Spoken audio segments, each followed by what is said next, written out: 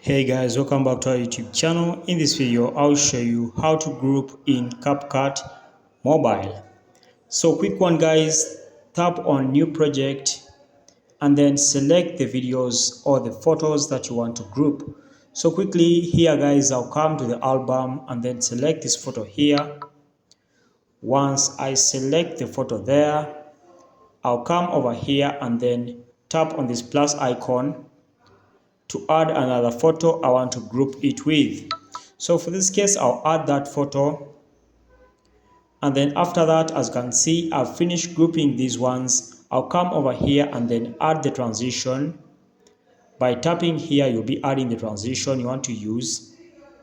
So this means when another photo is coming in, the transition will automatically apply, as you can see. So let's play and see.